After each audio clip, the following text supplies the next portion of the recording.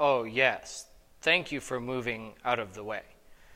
So, why do we study these deposits? Well, as I've said, our Anthropocene, Apocalypticene, petroleum ground deposits, or AAPG deposits, exclusively come from this boundary. And it's very important for our livelihoods that we understand this and the limitations to what is available or may be available in those Anthropocene deposits.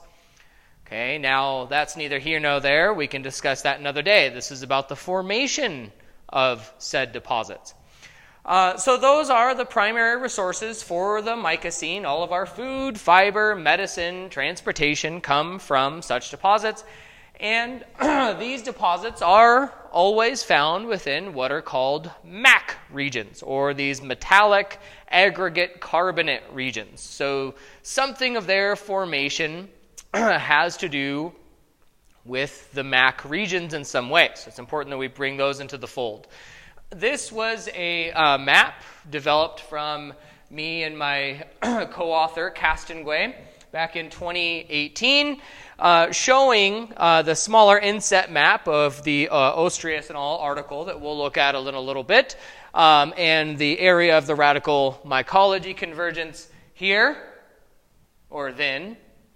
But overall, in this province of Cascadia, you can see that there are a number of these MAC regions, and within there are a number of other interesting types of overlap with the Homo sapiens Lagerstättens. And then also within them, or on the periphery, are all types of AAPG deposits that we'll take a look at. During the early Mycocene, it's important to point out that these resources were very accessible to us. The easy ones, like the PPD deposits. Boy, there's not many of those left. They were very accessible to us, and we scooped them up and scavenged them up and used those to advance our civilization very quickly.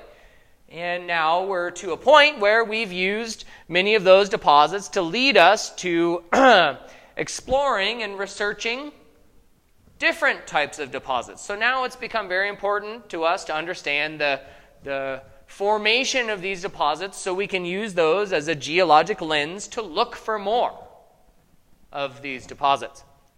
Now that there's more spatial and geologic data that we've revealed by this research and integrating different data sets, paleontological, geological, resource extraction, we've revealed deeper connections within the Anthropocene ecology, between some of the lovely known fossils, like the Homo sapiens deposits or the metallic arthropods, right? And we'll look at several of those. So what do we know of the Anthropocene overall? What did that time look like?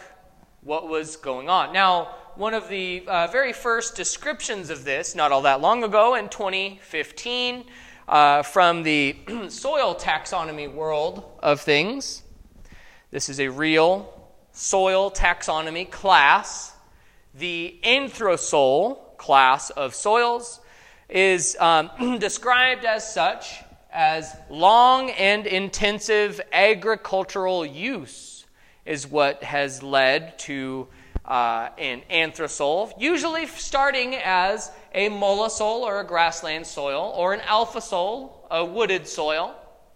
And then through this long and intensive agricultural use, through irrigation or through tilling or something, there has been a anthrosol develop out of this. So here we are, grassland sparsely forested, then tilled and depleted, we get the anthrosol. But what is unknown to us thus far is the mechanism behind this. How do these things occur? What's going on the surface to make this tillage and this anthrosol type of deposit? Now, there's hypotheses there, but I'm giving no answers at this point, staying relatively neutral about the fossils. The locality in Cascadia is also capped with a very large ash deposit. An ash, the big ash deposit. So many of the slides in this conversation I've adapted worldwide, the Anthropocene, Apocalypticene boundary deposits, to localize and focus on locally the Cascadian big-ass ash, on top of the also locally and not continuously preserved, but discontinuously preserved, typically around the MAC regions, the Anthropocene, Apocalypticene boundary ash, which is, as you well know, circumboreal. It's one way that we use to mark this in the stratigraphic record. Is very similar to the Cretaceous Paleogene boundary and the high iridium amounts. At this time, very low in the ash, we've noticed a very peculiar amount of nitrogen isotopes and carbon isotopes in the atmosphere that are very different from those below. And correlative with that ash is, or correlative with this isotope ratio, is an ash on top of this. It's of unknown origin. It's not a volcanic ash, it's a burning ash. Maybe forest fires, global forest fires, these sort of things.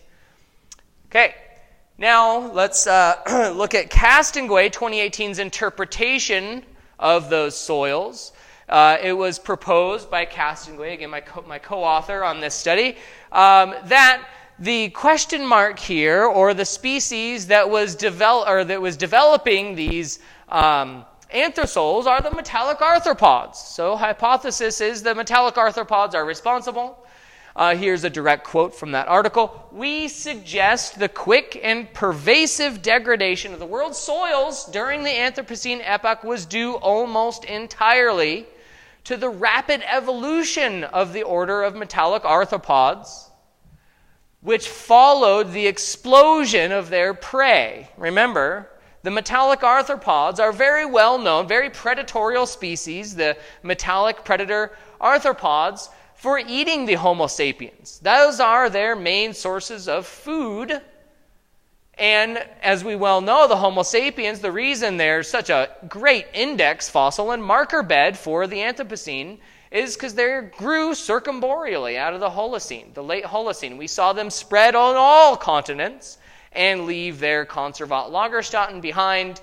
And at the explosion of their prey, of course, what followed is their predators became more advanced in a relatively quick period of time, and we think that it may also have related to petroleum, similar to our advances. And going hypotheses usually are that the metallic arthropods and their quick advancement as a civilization, global civilization, was derived from petroleum from earlier ages that was left on the ground that became our deposits.